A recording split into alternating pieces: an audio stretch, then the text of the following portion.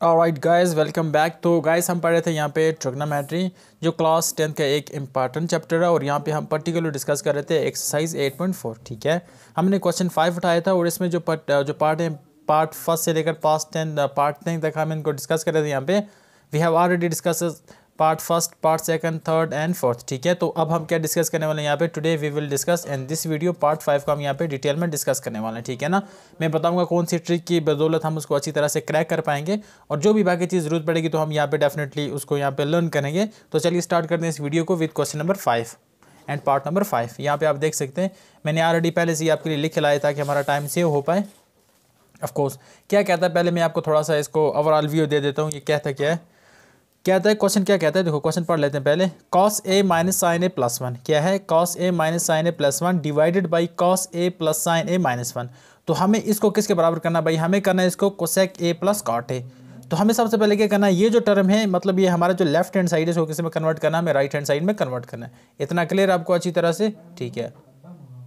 और दूसरा हमें यहाँ पे क्या करना है, ये जो कॉस की फॉर्मेट है या साइन की फॉर्मेट है, इसको हम तो एक तो कॉट में कन्वर्ट करें और दूसरा साइन में कन्वर्ट करना है। ठीक है, बट यहाँ पे इसने एक चीज़ हमें हिंट में दी है, हिंट में यहाँ पे लिख देता हूँ। हिंट ये बोलते हैं आपको यूज़ करना है cosec square theta 1 minus cot square theta के बराबर। आपको अगर कहीं क्वेश्चन में ये ज़रूर पड़ी, मैं थीटा की जगह ए लिख देता हूँ ताकि आसानी रहे। तो बोर्ड अगर आपको क्वेश्चन में कहीं इस फॉर्मूले की ज़रूरत पड़ी तो आप इस फॉर्मूले को यहाँ पे लिख के आप अपने क्वेश्चन का आंसर निकाल सकते हैं। ठीक है, तो हम चलो स्टार्ट करते हैं इसको। मैं क्या करूँगा, देखो इसमें क्या ट्रिक यूज़ करना पड़ती है। देखो क्या ये जो कॉस है ना, अगर कॉस को मुझे कॉट में कन्वर्ट करना तो मैं क्या करूँगा, इसको साइन से डिवाइड करूँगा। तो cos theta by sine theta किसके बराबर आ जाएगा, कॉट के बराबर आएगा। ठीक है, और ये साइन को साइन से डिवाइड करूँगा तो ये खत्म हो जाएगा, और 1 को साइन से डिवाइड करूँगा तो ये कोसेक आ जाएगा। ठीक है, तो मैं क्या करूँगा, divide each term by sine A, मैं यहीं पे लिख देता हूँ।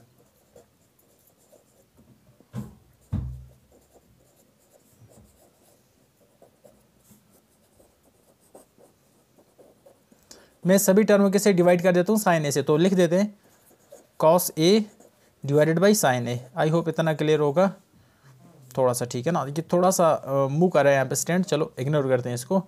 अगला पॉइंट है sine A divided by sine A, क्योंकि मुझे सभी टर्म को कैसे डिवाइड करना है, साइन ए से ही डिवाइड करना है। ठीक है, इतना क्लियर हो गया।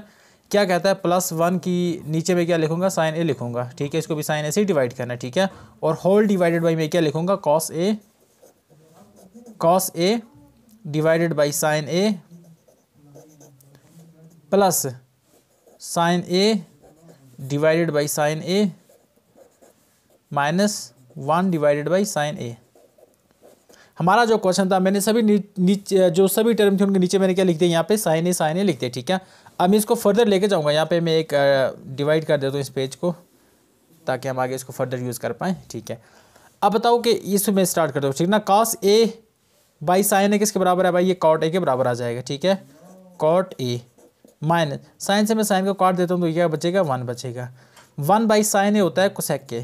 ठीक है, अगर आपको आइडेंटिटीज़ याद होंगे या रेशियो याद होंगे तो आपको आराम से इसको निकाल पाओगे। ठीक है ना, कॉस ए बाई साइन ए किसके बराबर है भाई, तो ये भी होता है कॉट ए के बराबर होता है। किसके बराबर होता है, कॉट ए के बराबर होता है। प्लस साइन को मैंने साइन से कैंसिल किया तो ये आएगा 1, और यहाँ पे क्या बचा हमारे पास, 1 बाई साइन होता है कोसेक के बराबर होता है। 1 बाई साइन होता है कोसेक, और थीटा यहाँ पे ए है तो हमने यही लिखा। ठीक है ना, अब देखो, अब इसमें मैं एक और क्या करूँगा, ये जो 1 है ना मैं इसको एंड पे ट्रांसफर करके ले जाऊँगा। ठीक है, अगर मैं इसको किस तरह लिखता हूँ, यहाँ पे फर्दर लेता हूँ, that mean cot a plus cosec A minus 1। I hope इतना क्लियर होगा।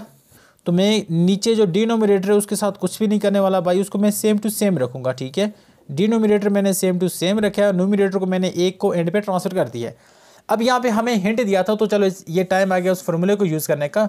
हिंट क्या था, cosec square A is equal to 1 minus cot square A. तो यहाँ पे मैं अगर 1 की वैल्यू निकालूँ तो 1 किसके बराबर आएगा, 1 बराबर आता है cosec square A plus cot square A.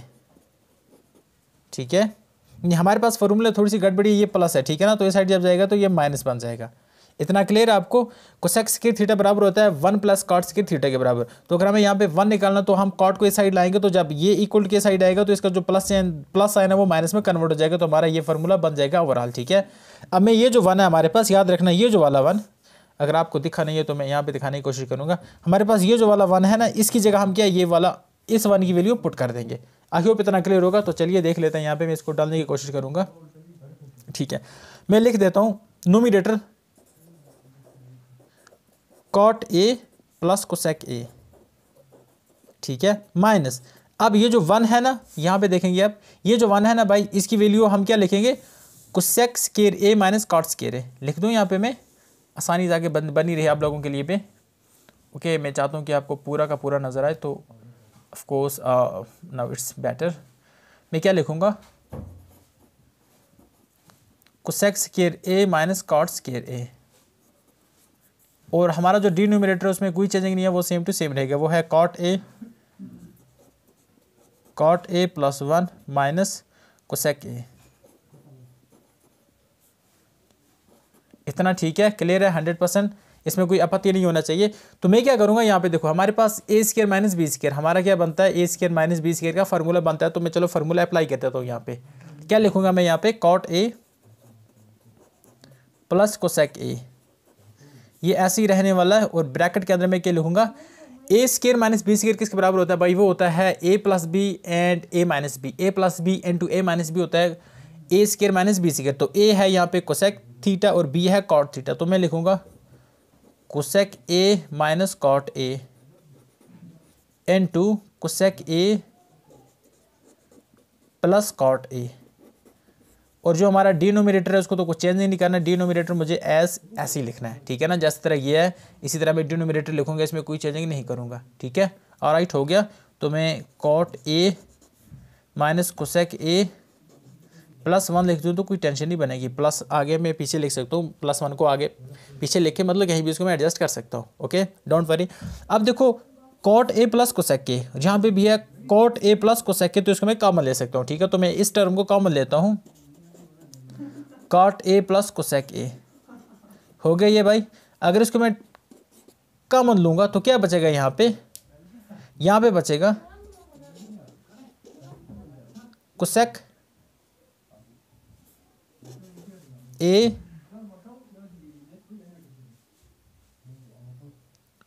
Minus cot a, थोड़ा सा मैं आई एम सॉरी, यहाँ पे थोड़ा सा अगर इसको मैं कॉमन लेता हूँ तो यहाँ पे इसको मैंने इसकी जगह 1 तो आएगा ना, यहाँ पे मैं वो लिखना ही भूल गया। तो पहले आएगा cot a plus cosec a, हमने इसको कॉमन लिया तो बाई अंदर बचेगा 1, ठीक है ना, अंदर बचा ये 1 क्योंकि हमने इसको कॉमन लिया।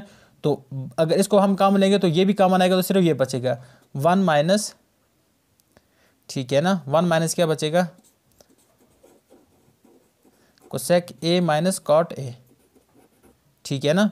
अब इस 1 को मैं इस माइनस को मैं अंदर भी मल्टीप्लाई करूंगा, पहले मैं डिनोमिनेटर लिख देता हूं, तो ये बनेगा cot a minus cosec A plus 1। मैं आपको ये पॉइंट समझा देता हूँ, आप वेट करें, थोड़ा सा टेंशन मत लें। देखो हमने यहाँ पे कॉट ए प्लस सेक ए को कॉमन लिया, देखो कॉट ए प्लस सेक ए यहाँ पे भी है, कॉट ए प्लस सेक ए यहाँ पे भी है, ठीक है ना। जब मैं इसको कॉमन लूँगा तो यहाँ पे 1 ही बचेगा, ठीक है ना। इसको मैंने कॉमन लिया तो इसकी जगह 1 बचेगा, तो इसकी जगह मैंने 1 लिखा, बीच में माइनस है और हमने इसको कॉमन लिया तो यहाँ पे यही बचा। अब मैं माइनस को अंदर मल्टीप्लाई करूँगा, ठीक है। इसका क्या होता है देख लेते हैं, इसको भी क्या होता है आगे, cot a plus cosec a, ठीक है ना, और 1 ये माइनस कोसेक बन जाएगा और ये प्लस कॉट बन जाएगा, minus cosec A plus cot a, ठीक है। और हमारा डिवाइड में क्या बचेगा, इसको मैं थोड़ा चेंज करके 1 पहले लिखूंगा और माइनस कोसेक बाद में लिखूंगा और प्लस कॉट में लास्ट पे लिखूंगा, ठीक है ना। इसको मैंने थोड़ा मॉडिफाई करके लिखा, इससे कुछ फर्क नहीं पड़ता। ये मैंने इसलिए लिखा ताकि आपको आराम से यहाँ पे इन दोनों को काट पाओ, ठीक है ना। तो ओवरऑल अगर आप देखोगे तो ओवरऑल आपको क्या बोला, cot a plus cosec a, तो ये आपको ओवरऑल मिल जाता है और ये हमारा सोल्यूशन बन जाता है। हमें यही प्रूव करना था भाई, मैं आपको पूरा दिखा देता हूँ। हमारे पास क्या, हमें cosec A plus cot a prove करना था, तो हमने यहाँ पे लिख दिया cosec A plus cot a, finally हमने प्रूव कर दिया, ठीक है। आप पूरे का अगर आप स्क्रीनशॉट लेना चाहते हैं तो आप ऑफकोर्स इसका स्क्रीनशॉट ले सकते हैं।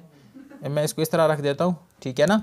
आप इसका स्क्रीनशॉट लें आराम से, और मैं आपको एक और बार समझा देता हूँ, ठीक है। इसको क्या किया हमने यहाँ पे, हमारे पास एक क्वेश्चन था, मैं और ले आता हूँ। देखो हमने इसको क्या किया, साइन से डिवाइड किया, हर टर्म को साइन से डिवाइड किया, तो यहाँ पे हर टर्म आपको साइन से डिवाइड करने मिलेगी। साइन कास ये होता है कॉट के बराबर, जो साइन आता है वो सेम था, उसको मैंने काट दिया और 1/sin हो गया, कोसेक के बराबर हो गया। ठीक है, सेम डिनोमिनेटर न्यूमरेटर। यहाँ पे जो 1 है ना, मैंने ये जो -1 है मैंने इसको साइड में खिसकाया था कि हमें यहाँ पे ये वाला फार्मूला अप्लाई करना था, cosec square theta equal to 1 + cot square theta. तो मैंने कोसेक की वैल्यू 1 की वैल्यू निकाली तो ये है। ठीक है ना, अब a square minus b square की फॉर्मेट में ये था, जिसको मैंने जब फर्दर सॉल्व किया ना तो यहाँ पे मुझे कॉमन लेना पड़ा। जब मैंने cot a plus cosec a को कॉमन लिया तो अंदर बचता है 1 माइनस और ये बचता है, और मैंने माइनस को अंदर मल्टीप्लाई किया, जब फर्दर इसको मैंने मल्टीप्लाई किया तो यहाँ पे मुझे ये टर्म मिलती है, और मैं देखता हूँ ये वाली टर्म और डिनोमिनेटर तो सेम है, तो इनको मैं काट देता हूँ, हमारे पास बचता है cot a plus cosec a। या आप बोलोगे cosec a plus cot a, तो सेम ही बात है, इसमें कोई आपत्ति की बात नहीं है। तो ये था हमारा जो क्वेश्चन नंबर 5 है, और उसका जो पार्ट 5 है उसका सोल्यूशन हमने अच्छी तरह से निकाला। तो चलते हैं अगले पार्ट पे।